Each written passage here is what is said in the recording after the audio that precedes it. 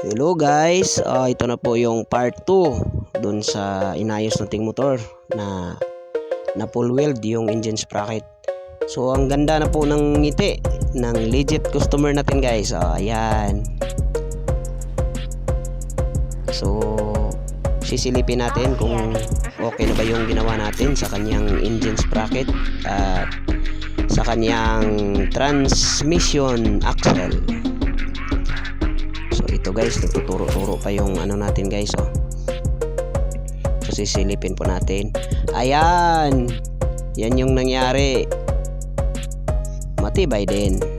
So guys, ito pa po, isa motor din ito ng isa niyang kasamahan. Ayan, ito po, na-overhaul po talaga ito.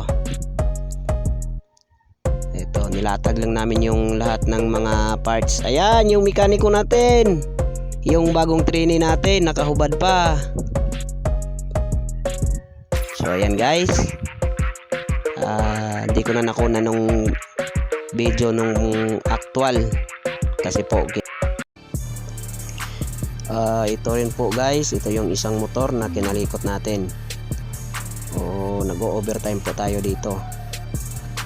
Tsaka may backup po ako dito. Shout out pala sa backup ko dito, si Princess Apple. Ayan. Tsaka shout out nga pala sa Wison family sa Osami City. Shout out po. Balinas family sa Santa Cruz Mahayag, Zamboanga del Sur. Shout out sa inyo. Padron family sa Bagong Argao, Mulabi, Zamboanga del Sur.